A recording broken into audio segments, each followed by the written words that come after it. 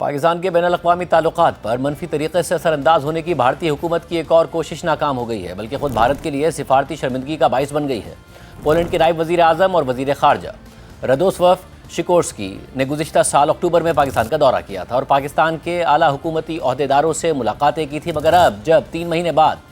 Poland کے وزیر خارجہ بھارت کا دورہ کر رہے تھے تو بھارتی حکومت اور میڈیا نے ان کے پاکستان کے دورے کو لے کر ان کے سامنے سوالات اٹھائے اور براہ راست وضاحت مانگی۔ تو پولینڈ کے وزیر خارجہ نے نہ صرف اپنے پاکستان کے دورے کا دفاع کیا، بلکہ پولینڈ کے پاکستان سے تعلقات پر سوال اٹھانے پر بھارت کے روس سے تعلقات پر سوال اٹھا دیا۔ گزشتہ روز نئی دہلی میں ہونے والی میٹنگ میں بھارتی وزیر خارجہ جے شنکر نے پولینڈ کے نائب وزیر اعظم اور وزیر خارجہ رادوسلاو سیکورسکی کو مخاطب کرتے ہوئے کہا کہ آپ ہمارے خطے کے لیے اجنبی نہیں ہیں اور سرحد پار دہشت گردی کے دیرینہ چیلنجز سے اچھی طرح واقف ہیں۔ جے شنکر نے پاکستان کا نام لیے بغیر کہا کہ میں اس میٹنگ میں آپ کے حالیہ علاقائی دوروں پر ڈسکشن کی امید رکھتا ہوں۔ پولینڈ کو دہشت گردی کے لیے زیرو ٹالرنس کا مظاہرہ کرنا چاہیے اور ہمارے پڑوس میں دہشت گردی کے انفراسٹرکچر کو فروغ دینے میں مدد نہیں کرنی چاہیے۔ پولینڈ کے وزیر خارجہ نے دہشت گردی کے حوالے سے میٹنگ کے دوران اپنا موقف واضح کیا، سرحد پار دہشت گردی کی مذمت کی، تاہم جب میٹنگ کے بعد صحافی نے پاکستان کا نام لے کر ان کے دورے کے بارے میں سوال کیا تو پولینڈ کے وزیر خارجہ نے جواب دیا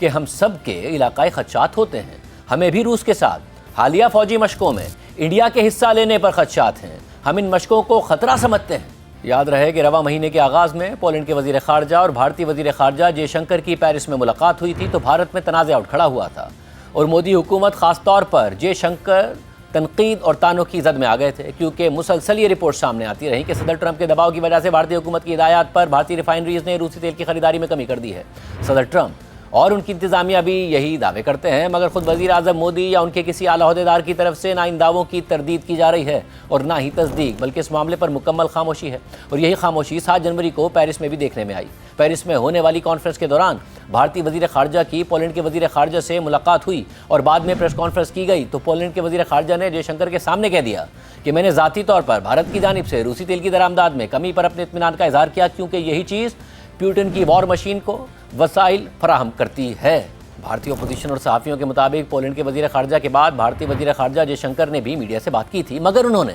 روسی تیل کی خریداری میں کمی کے پولینڈ کے وزیر خارجہ کے دعوے کی تردید نہیں کی اور نہ ہی کوئی جواب دیا۔ اسی واقعے پر اپوزیشن جماعت کانگریس نے مودی حکومت پر تنقید کرتے ہوئے اپنے بیان میں لکھا کہ مجھے اس بات پر اطمینان ہے کہ بھارت نے روس سے تیل کی خریداری کم کر دی ہے۔ پولینڈ کے وزیر خارجہ نے یہ بات بھارت کے وزیر خارجہ جے شنکر کے سامنے کہی۔ یہ بیان واضح کرتا ہے کہ مودی نے ٹرمپ کو خوش کرنے کے لیے روس سے تیل خریدنا بند کر دیا ہے۔ اب بھارت کی خارجہ پالیسی وائٹ ہاؤس سے ڈکٹیٹ کی جا رہی ہے۔ شرمناک۔ کانگریس کی جانب سے سوشل میڈیا ویڈیوز کے ذریعے بھی پولینڈ کے وزیر خارجہ کے دعوے کی بنیاد پر مودی حکومت پر سوالات اٹھائے گئے تھے۔